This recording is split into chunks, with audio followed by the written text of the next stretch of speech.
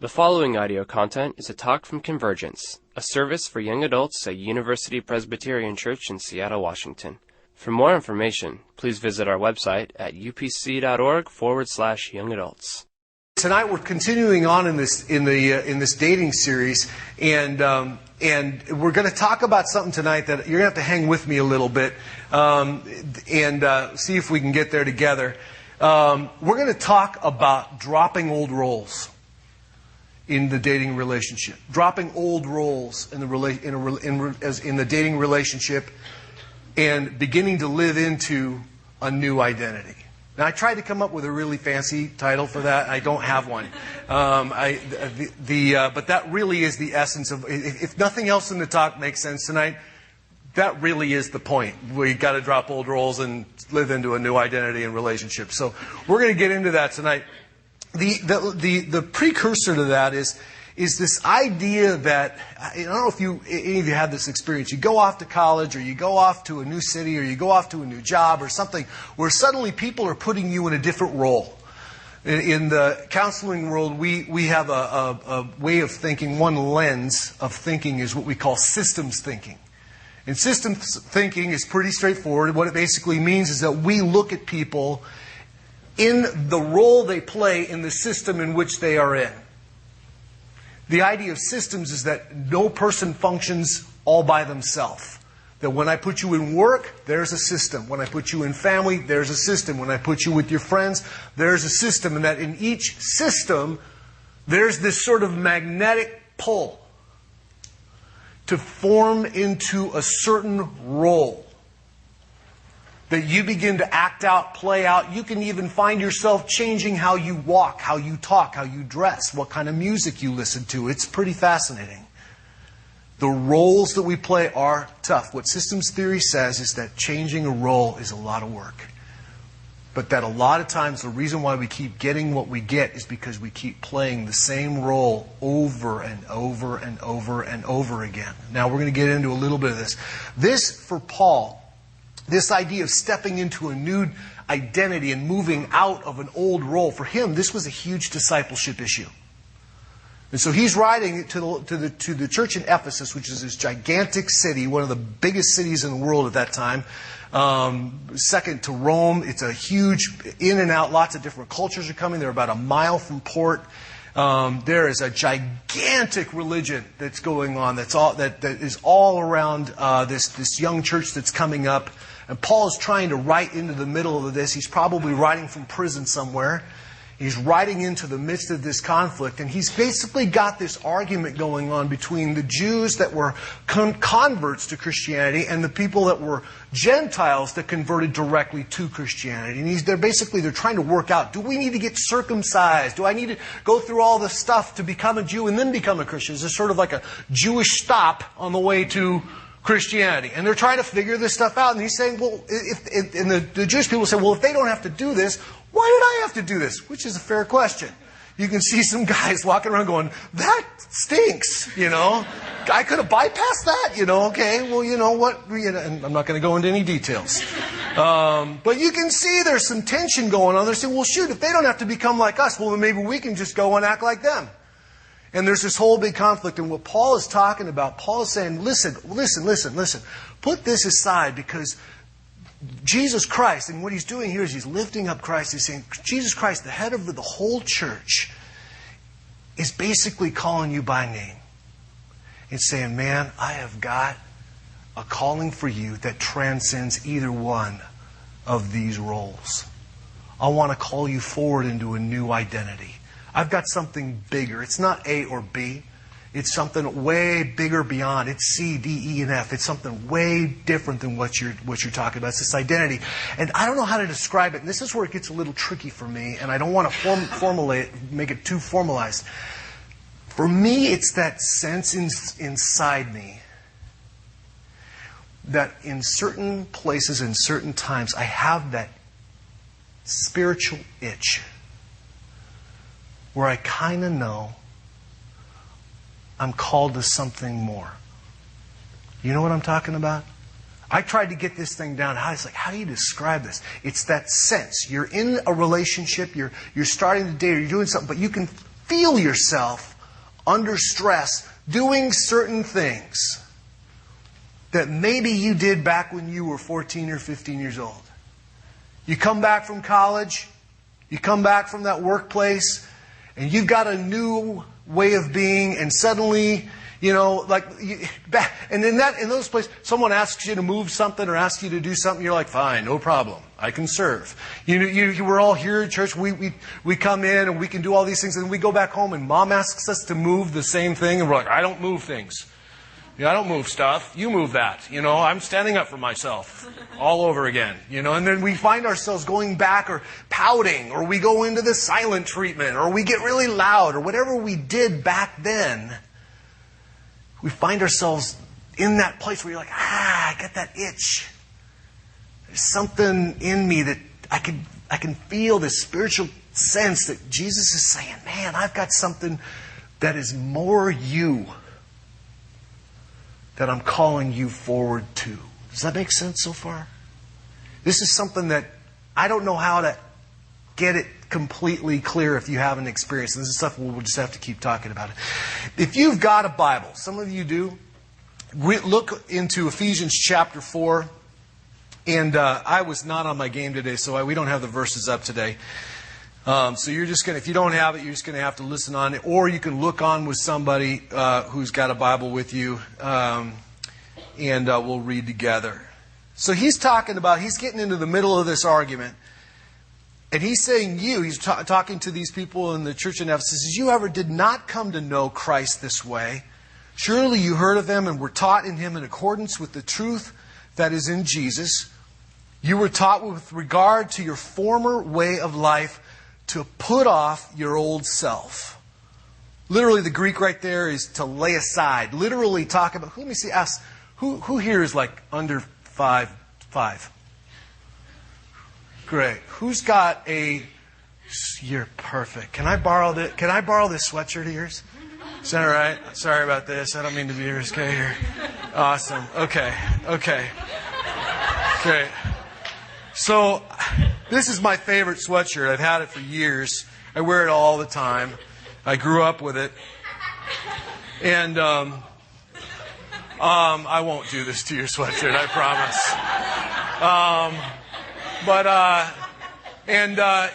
I love it because it keeps me warm, and it's red. I can make great points with it. I can just talk and then go, you see what I'm saying? Like that, and just go like that. On a hot day, I can fan myself. It's really great.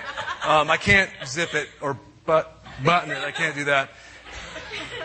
Essentially what Paul's saying, I'm just going to keep this on for a while. But essentially what Paul is saying is, listen, you guys, we're all kind of walking around with old clothes that don't fit anymore. You got a role that you used to have, and you can take a picture of this? Really? Really? You're gonna? Oh, man. Oh, man.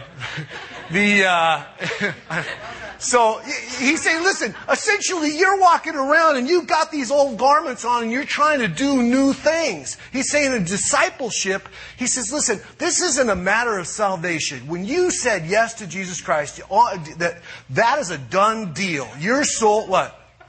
You can't take me seriously? You can't, can you? I really need to get out of this. But I have to hold on to it for just 1 second because the point isn't made. He's saying, listen, discipleship, part of discipleship, which is a part of dating, is essentially, he's saying, you got to take this off. You got to get rid of this old, thank you so much. Everybody, you got to give her a hand. What's your name? Kate. Kate, thank you, Kate. I could not have prepped a better sweater for that point. He's saying, listen, and you'll never forget that. The idea is he's saying, listen, we're all walking around with these old clothes that we were given when we were kids, old roles. And he's saying that part of discipleship is that we got to put this old role off. We got to take off this old way. Now, the first thing I want to talk to you about tonight is a little bit of how to do that, and then what Paul's going to tell them and what to do instead.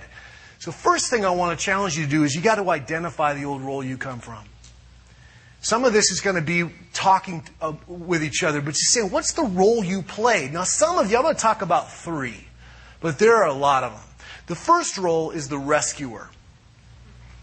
Now, for those of you who come from the rescuer, you got to give them credit because this is a tough role to fulfill. And for those of you who had parents that were under-functioning in some way, maybe in the heat of a discussion they would collapse, or maybe they would have something where there was a sense of dad working, but there was always that feeling in the air that the finances were going to collapse at any moment. And so, or I'll tell you, there's some of you that grew up with maybe one parent that wasn't quite around enough, and so you always felt like if you could just kind of fill their role, then everything would be okay. This is a tough role. Rescuer. There was a sense in your mind that, and this isn't something that we're thinking about, but there's this idea that we can be about rescuing something. You can go into your work and it's just about ready to go bankrupt. And so you decide that you're just going to give everything you can to this role. Now this may work great at your work. This may work great if you're a lifeguard. I want the rescuers to be my lifeguards. The guys that aren't rescuers, they're like, he probably will learn to swim. Let him go. That's not what I want. I want the guys and the gals that are willing to go and sacrifice, themselves over the waves and sharks and all that stuff to come and get me. But it doesn't work when you're dating. The rescuee. Role number 2. My little niece, Sonia. Such a great little girl. So great. So intelligent. She really is. She's just, she inspires me all the time. She, from the get-go, has always had her own sense of style. And this is one of the things I love about how my sister and her husband have raised her. They've always let style be her choice. So in the morning, she's laying out Halloween sweatshirt. It's, whatever, February. It doesn't matter. It's orange and black. She loves that. And then she's going to go with the Snow White dress today. Put those together, and that's a good combo. At church. She'll just trump right on in there. She's just so proud. She just sits down and just says, I'm looking good. And she's 4. So she's always had this. Now, as she got, she's a little bit older now. As she went to Disneyland, she got super into all those little princess outfits. You know what I'm talking about? The ones that they've got Disney's not dumb. They've got every single costume, and she's got every single one of them. And she loves, it doesn't matter for her it's kind of like to let you know that this is a special occasion. She will put on one of her little outfits, and she comes in, and she's great. Now here's the deal. I love that she has that costume. I hope she's not still wearing those when she's in her 20s. Do you understand what I'm saying? That's a great thing for when you're a little kid. That whole story works. There's somebody that needs rescuing. They can't do anything for themselves except sing soprano. They do and make a great home for birds, as they send them off. That's all they can do. But save themselves, no, they can't. They have no muscles. They can't. There's nothing for them. And so what do they need? They need somebody, here I come to save the day. Somebody to come in and do this.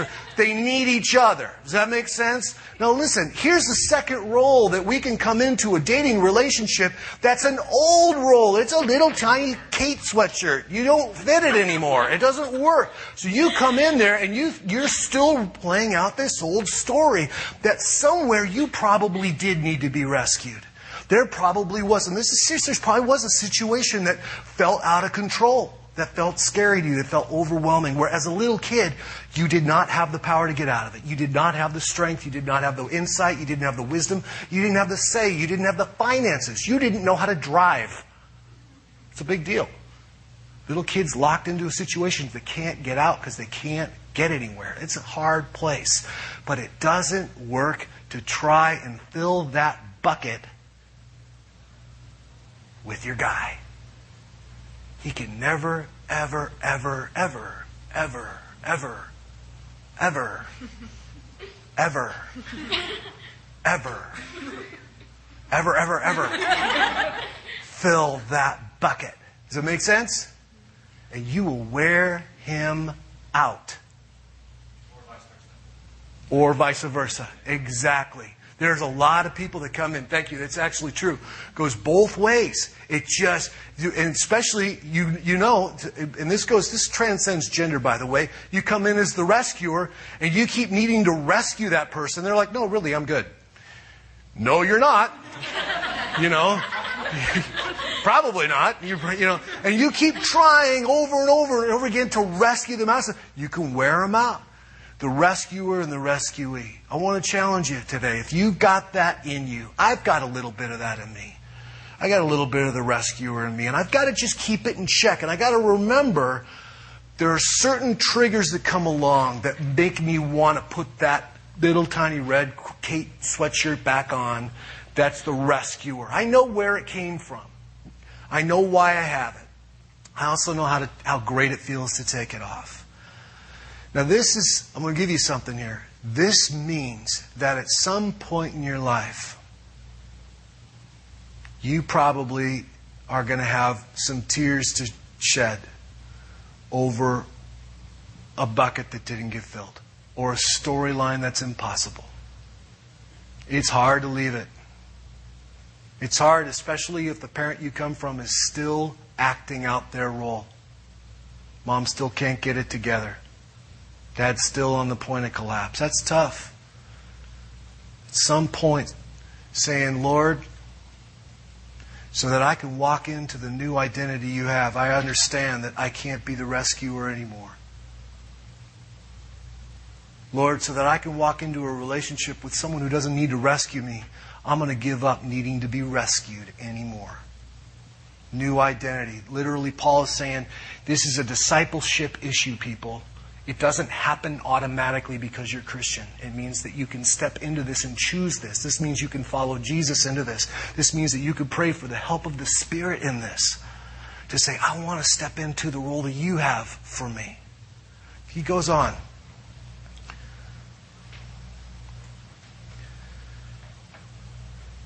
Put off your old self, which is being corrupted by its evil desires in the midst, and be made new in the attitude of your minds.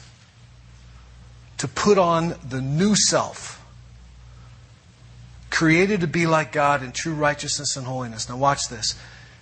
Verse 25, he says, therefore each of you must put off falsehood and speak truthfully to his neighbor.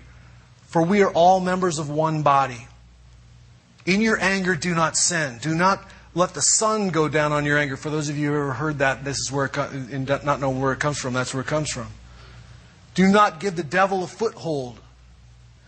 He who has been stealing must steal no longer. I've heard it once said that every sin ultimately boils down to stealing.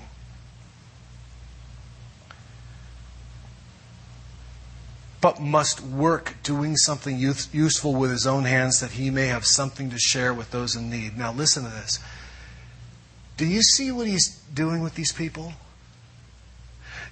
Does this new vision of what he's talking about look weaker or stronger? Stronger.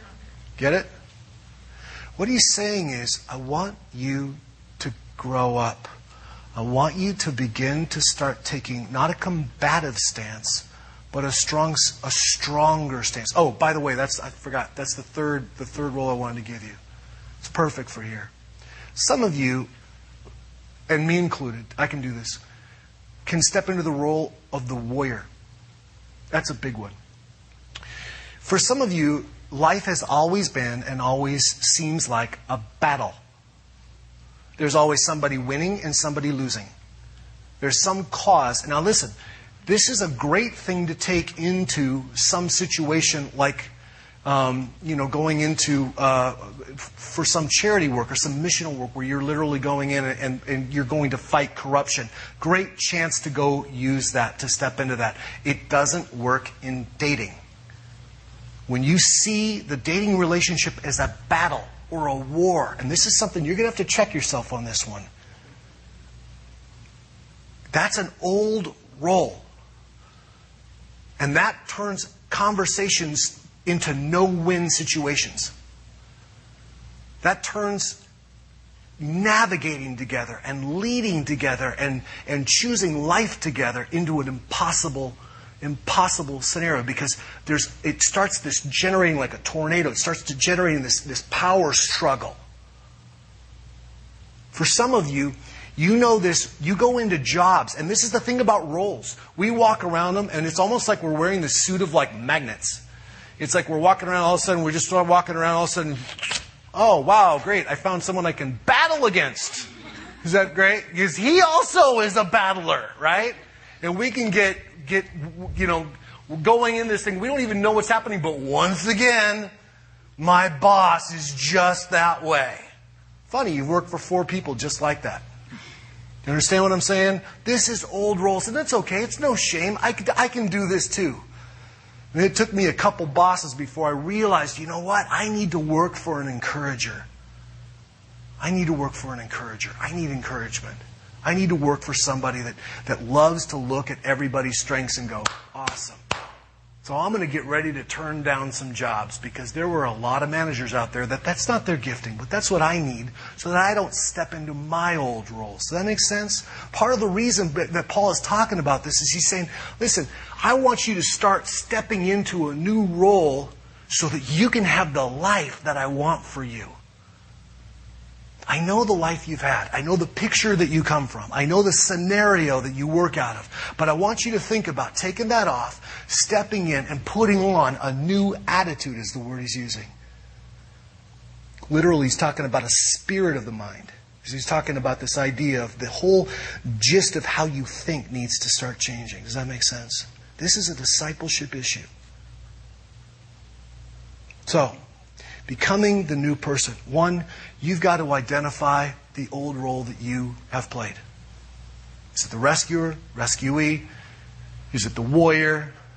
Is it the timid one? Is it always the helper? What's the role that you grew up, that you know so well, so familiar with, it's almost like that weird wallpaper in your house that you don't even see anymore? Does that make sense? Oh, your wallpaper, olive green. Where did it come from? I have no idea. It's always been here. You understand what I'm talking about? That's how these things are. 1. Second, is you need. I'm going to challenge you to let go of the battle, let go of the old scenario, let go of the old problem that you will never, ever, ever, ever, ever, ever, ever, ever, ever, ever, ever, ever. Ever, ever, ever, ever, ever, ever solve. You can never rescue somebody in a relationship. Ever. Ever, ever, ever, ever, ever, ever, ever, ever, ever, ever. If you found somebody that needs to be rescued, I promise you that once you do the best you can to rescue them, they will need to be rescued again. And if you keep trying, oftentimes they'll need to be rescued from you. You can never, ever, ever, ever, ever, ever, ever, ever, ever, ever, ever, ever rescue someone who needs to be rescued in a dating relationship. Ever, ever, ever, ever, ever, ever, ever. And the third one, so I want to challenge you. And what he's saying is by changing this attitude of your mind. So I want to challenge you to turn your I can'ts into we can. Your I can'ts into we cans. It's a little trite sounding, but it's the only way I can remember it. See, oftentimes in dating, we get into this thing and it starts swirling around and it gets tense and it gets all this old stuff gets worked up and we're going through all of the drama of it whole thing, and all of a sudden it's this idea, well, I can't do anything different. I'm just that way. I can't be a different person. I can't be level-headed. I'm just not level-headed. Scott Peck, author that can take him or leave him sometimes, but he wrote a book called A Different Drum, and he's got this neat little vignette in there where he talks about growing up always being told that he wasn't mechanical. So when anything mechanical would break down, he would just assume, I can't do it because what? I'm not mechanical, right? So one time he just said, you know what? Who says I'm not mechanical? And so something went wrong on his dashboard of his car, and so he decides, you know what I'm going to do? Is I'm just going to go out and spend an hour, and I'm just going to look at it. I'm just going to look at the dashboard. He starts looking at it and suddenly he notices that there's a couple of bolts and a couple of screws underneath. He starts figuring out that underneath that this whole thing probably lifts off, and underneath this he takes that off and he looks, and suddenly he discovers, whoa, there's a little fuse box. Interesting. Wonder what this little thing is. He starts looking at things. He recognizes it. I think those are fuses. Goes and he starts figuring out that if he takes one out, the lights don't work. Puts it back in, the lights work again. Starts figuring out, and eventually, over time, he works it out and he figures it out, and he walks out and he goes, I guess I am mechanical. I can't.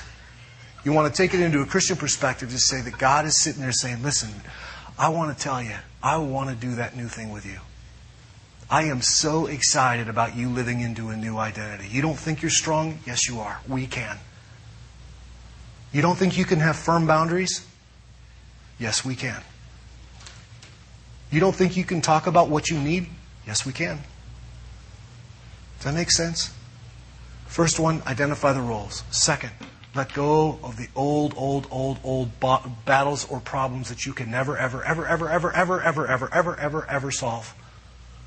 The third one is start to think in terms of a we between you and God that called you, that knows you, that made you on purpose, that sees in you the core of who you're becoming, wanting you in a different role, a different relationship, one that is anchored in Him. And He does it. You think about Mary, and I'll close with this. As a little girl, something goes wrong in her family, we don't know what. And as she gets to be probably about 11 or 12 years old, she starts having sex for money. We don't know exactly what put her there. We know somewhere along the line that continued to happen, and along into her adulthood, we know that she encounters Jesus. We know that something happens with her that's so profound. At one point in time, she's using her hair to try to mop up the tears that she's cried on His feet because something has taken place in her that's so revolutionary. And we know that as Jesus walks through His ministry and eventually is arrested, taken through the crowds and put up on a cross, while all the men have run away, we see this woman standing right by the cross, living into a new identity. She wasn't strong, now she is. She couldn't stand up, now she can. She had no worth, you bet now she does. So much so that in an age when authors aren't paying attention to women, she's written in by name. Jesus is in the business of taking you from where you've come from and calling you into something new, for sure. Lord Jesus, I do pray that You'll do that with all of us. I know that You want to. I pray for people right now who feel like that's impossible. I pray for the people right now who feel like they've got obstacles in front of them in their path that are so big that they're unmovable, that they can't. I pray, Lord, that they will walk out of here and just by faith start to say, all right, Lord, we can. I pray for them as they identify the roles that they come from, that they start to put off the old roles. I know, Lord, that the systems they come from are probably not going to be excited about that. That'll probably be scary for them. So give them strength, give them perseverance, give them kindness, give them compassion, give them understanding as they explain what they're doing, as they explain their discipleship process to the people that don't get it. Give them words, give them confidence to know that You are with them, that Your Spirit is working in them, that You will not leave them, that You're not going to forsake them. And then I do pray that there would be a sense of excitement in them. No matter where your path is taking them. That there is a day when they are standing strong, when they weren't strong before, when there is a day when they are putting words to things that they never had words for, when they can partner with someone in a dating relationship as a team member as someone that can walk shoulder to shoulder with them, not rescuing them, not needing to be rescued, not battling with them, but teaming with them, partnering with them, collaborating with them, encouraging them, being encouraged, giving and receiving, being vulnerable, being strongly anchored in you together. All God's people said?